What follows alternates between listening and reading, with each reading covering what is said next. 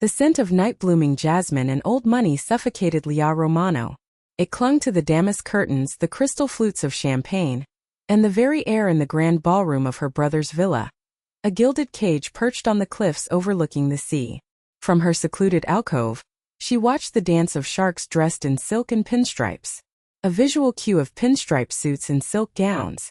Everyone moved with a predatory grace, their smiles sharp, their eyes calculating. Leah, by contrast, felt like a broken-winged bird in a flock of eagles. Her gown, a midnight blue silk that cost more than a car, felt like a costume.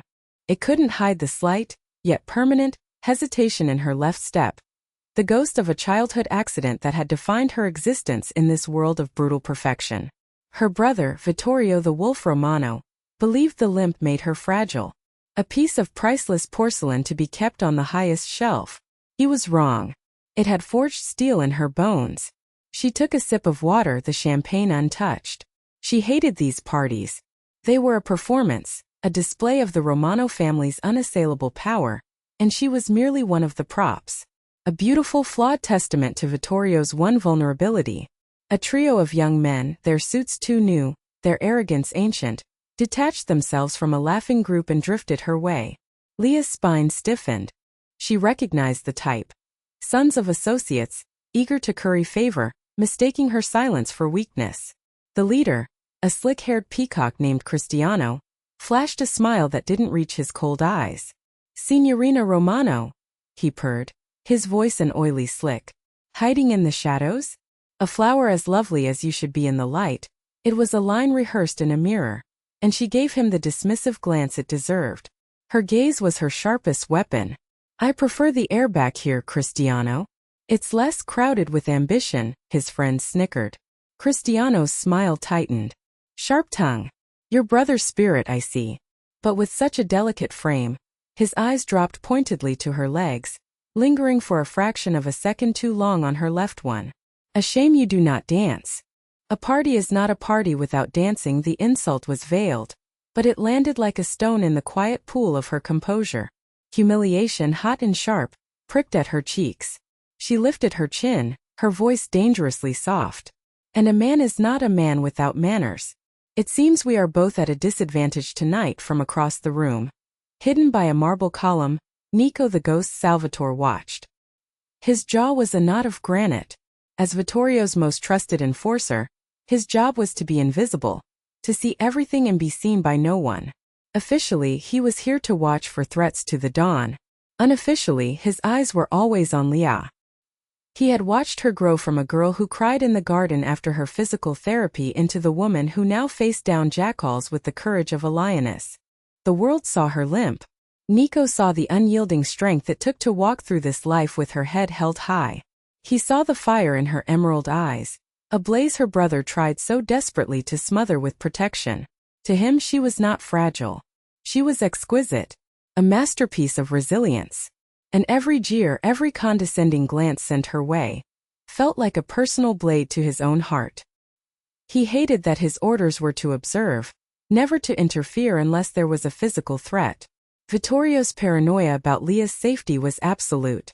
Any man who got too close for any reason was a dead man. And so Nico stood, a phantom in a tailored suit, his fists clenching and unclenching at his sides as Cristiano leaned in closer to Leah, his cologne a foul cloud. Cristiano's friends, emboldened by her isolation, closed in. The alcove suddenly felt claustrophobic. "Delicate and defiant," Cristiano mused, ignoring her barb. He reached out, his fingers brushing her arm. Leah flinched back as if burned. "Don't touch me." "Why not?" "Another one," Leo chimed in with a drunken smirk. "Afraid you'll stumble? Come on, just one dance." "We'll be careful." The cruelty was naked now, stripped of its silken veil. They were boys pulling the wings off a butterfly to see if it could still fly. Across the ballroom, the treacherous underboss, Vittorio's cousin Silvio, watched the scene unfold with a thin, satisfied smile. He saw Leah not as a person but as a lever, a weakness in Vittorio's impenetrable fortress. And this little scene, this public prodding of the Romano family's most sensitive nerve, was a beautiful test of its limits. He took a slow sip of his whiskey, the ice clinking like a death knell. Every crack in Vittorio's composure was an opportunity for him. Cristiano, his pride wounded by Leah's rejection and fueled by an audience of his peers, made a fatal mistake. He grabbed her wrist. "I insist, Bella. A beautiful girl shouldn't be so stubborn." Leah's breath hitched. The casual violation sent a tremor of pure rage through her. She didn't scream. She didn't cry. She met his gaze, and for a second, the boy saw not a disabled girl, but the sister of the wolf, and he faltered. "Let go," she enunciated, each word a chip of ice. But it was too late. A sudden profound silence fell over the ballroom. It was not a gradual quieting, but an instantaneous void, as if a switch had been flipped and all sound, all music, all laughter had been sucked into a black hole. Every head turned toward the grand archway. There, silhouetted against the hall lights, stood Vittorio Romano. He was not a large man, but his presence consumed the space, casting a shadow that chilled the very soul. His suit was immaculate, his face carved from stone, and his eyes were promises of a cold and patient violence. They swept the room once, assessing, dismissing, before they landed on the tableau in the alcove. On Cristiano's hand wrapped around his sister's wrist. Vittorio didn't move. He didn't have to. The world began to move around him, people subtly shifting away, creating a wide, clear path from the archway to the alcove. Path to judgment. Cristiano froze, his face draining of all color. His hand was still on Leah, but it was now a dead weight, a damning piece of evidence. He looked as if he'd been caught holding the pin of a live grenade. Vittorio began to walk. It was not a stride or a march. It was a slow, deliberate glide. The sound of his leather shoes on the marble floor the only noise in the cavernous room. He moved like a predator that knew its prey was already dead. He stopped a foot from Cristiano, his gaze so intense it was a physical force. He didn't look at the boy's face. He looked at his hand. "You are touching something that belongs to me," Vittorio said. His voice was not loud. It was a low, resonant whisper that carried more menace than any shout. Cristiano snatched his hand back as if the skin of Leah's wrist had become white-hot iron. He started to stammer, a pathetic string of apologies. "Don Vittorio. We were just a misunderstanding." Vittorio's eyes finally lifted to Cristiano's. "You misunderstand the situation," he corrected softly. "You believe you are still a guest in my home. You believe you will be leaving it on your own 2 feet. These are miscalculations from the shadows." Nico materialized at Vittorio's side, a silent specter of violence. His presence was the period at the end of Vittorio's sentence.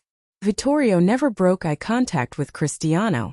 "Nico," he said, his voice dropping another degree. "Please escort Cristiano and his friends outside. Show them the importance of respecting what is not theirs." Nico's nod was barely perceptible. He grabbed Cristiano by the collar, the rich fabric groaning in his grip. The other 2 boys, Leo and his companion, looked paralyzed with terror until Nico's gaze flickered to them. "Andiamo," he growled, the single word a gunshot. They scrambled to follow, their bravado dissolving into whimpering fear. The party watched in rapt silence as the trio were frog-marched out of the ballroom and into the unforgiving night. No one doubted what awaited them in the darkness beyond the jasmine-scented terraces. Vittorio watched them go, his expression unreadable. Then he turned to Leah. The glacial fury in his eyes melted away, replaced by something that hurt her far more. Suffocating, pitying concern. He reached out and gently brushed a stray strand of hair from her face, his touch as light as a feather.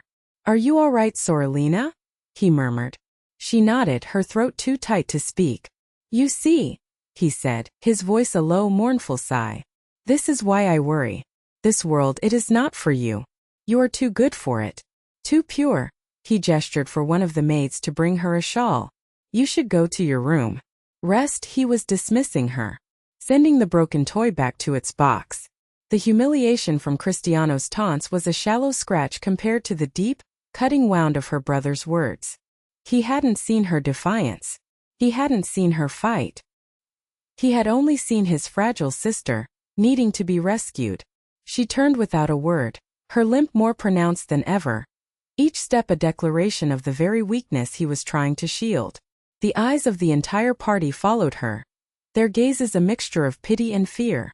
She was not a woman. She was a symbol. The wolf's heart, beating outside his chest, beautiful and exposed. Later that night, the moon cast silver spears across the flagstones of the deserted garden. Leah sat on a cold stone bench, the borrowed shawl wrapped tightly around her, a pathetic shield against the chill that had nothing to do with the sea air. She was trapped. Trapped by her body, trapped by her brother's love. A love that felt more like a cage every day. A single footstep on the gravel path made her look up. Nico stood there, a dark silhouette against the moonlight. In his hand he held a single perfect white rose, its petals glowing ethereally. He approached slowly, as if not to startle a wild creature, and stopped a respectful distance away. He didn't speak, merely held out the rose. A peace offering. An apology. A question. She took it, her fingers brushing his. A jolt, sharp and unexpected, passed between them. It was the first time they had ever touched.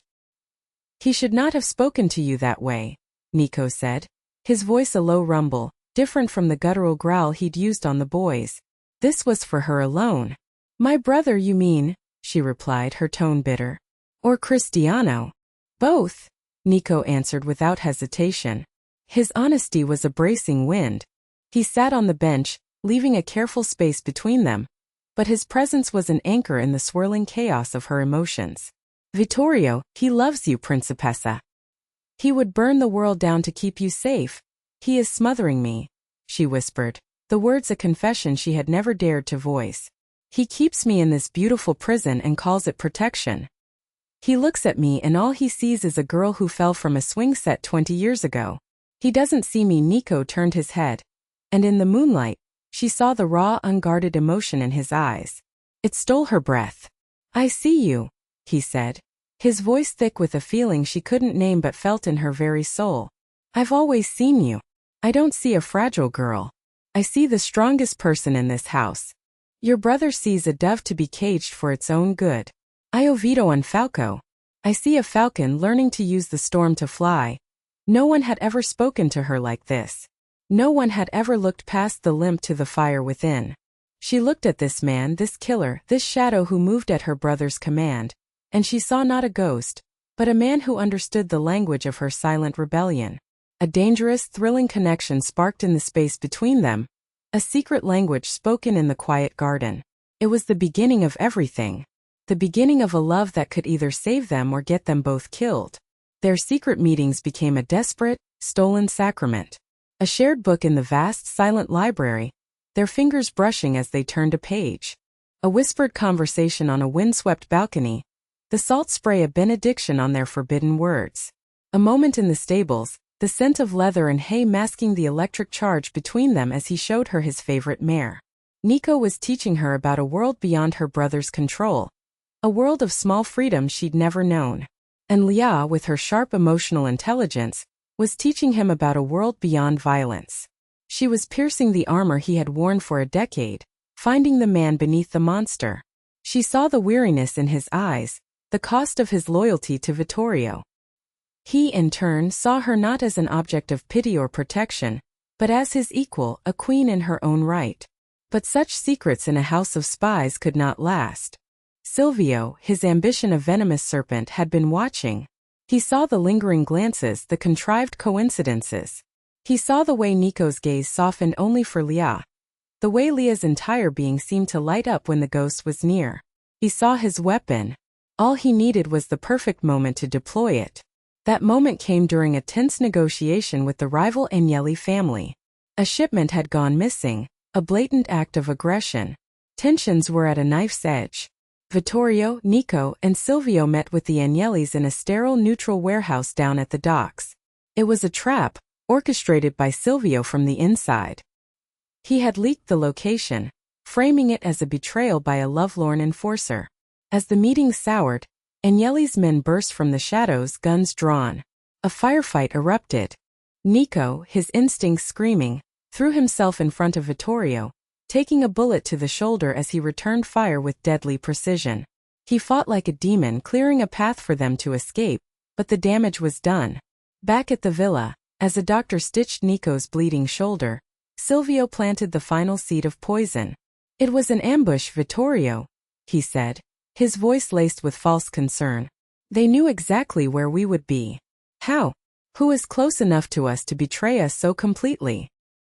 He let the question hang in the air before continuing, his tone dripping with reluctance. Nico has been distracted. He spends too much time near Leah. A man in love is a man with a weakness. What if the Agnellis offered him the one thing you never would? The accusation was monstrous, unthinkable. Nico, the most loyal man Vittorio had ever known? But love was a madness. Vittorio himself knew that. His obsessive love for his sister was his own Achilles' heel. The doubt, once planted, took root in the fertile ground of his paranoia. He stormed into the library where Leah was pacing, frantic with worry. Nico was there, his arm in a sling, trying to calm her.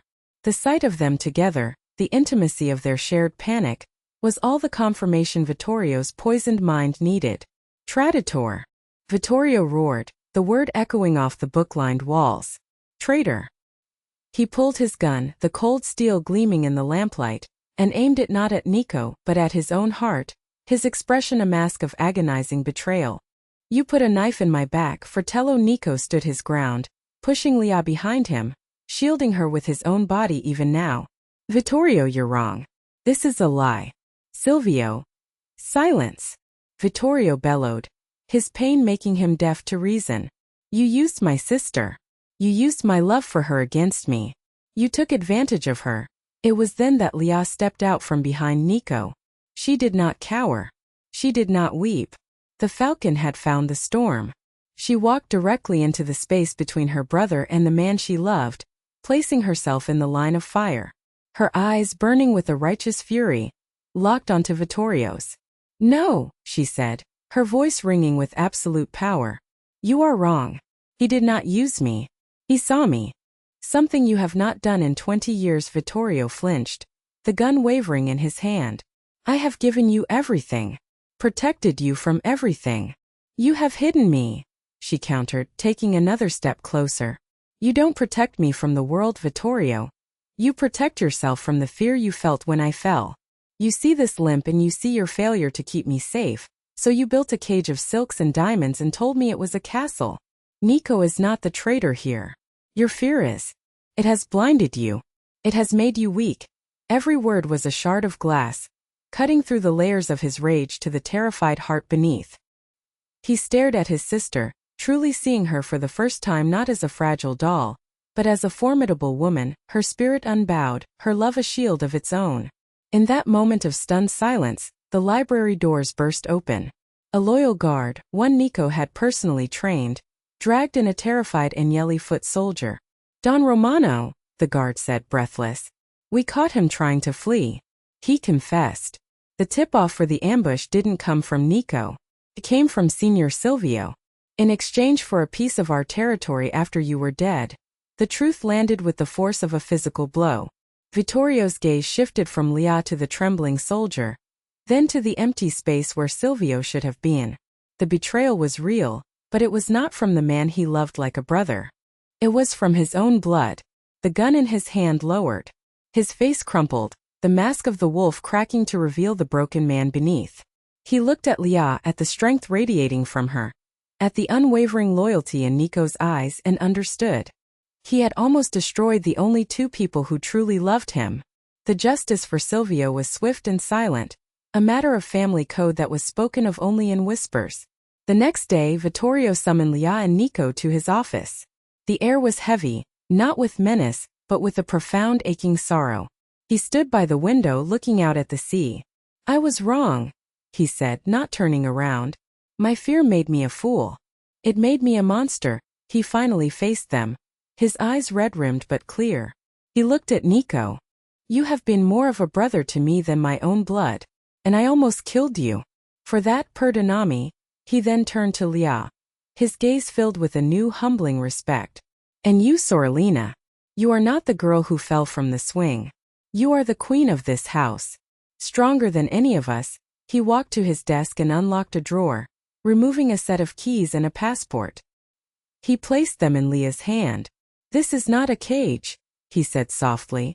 It's a choice. You are free. To go, to stay. To love who you choose. Leah's eyes filled with tears, But these were not tears of sadness or fear. They were tears of liberation. She looked at Nico, her heart in her eyes, and his answering gaze was a promise of a future she had never dared to dream of. She closed her hand over the keys but didn't move to leave. She had found her freedom not in escaping but in being seen. And so a new chapter began, one where love was not a weakness to be hidden, but a source of unshakable strength. Where a Dawn learned vulnerability, a sister found her power, and an enforcer's loyalty was finally rewarded with the one thing he treasured most. But tell me, can a heart forged in the violence of the Mafia ever truly find peace? Can a love born in the shadows survive in the light? The world is full of wolves, and even a queen needs her ghost by her side. What do you think happens next? Let me know in the comments, and don't forget to share this story if you believe that even in the darkest of tales, love is the most dangerous and redemptive force of all.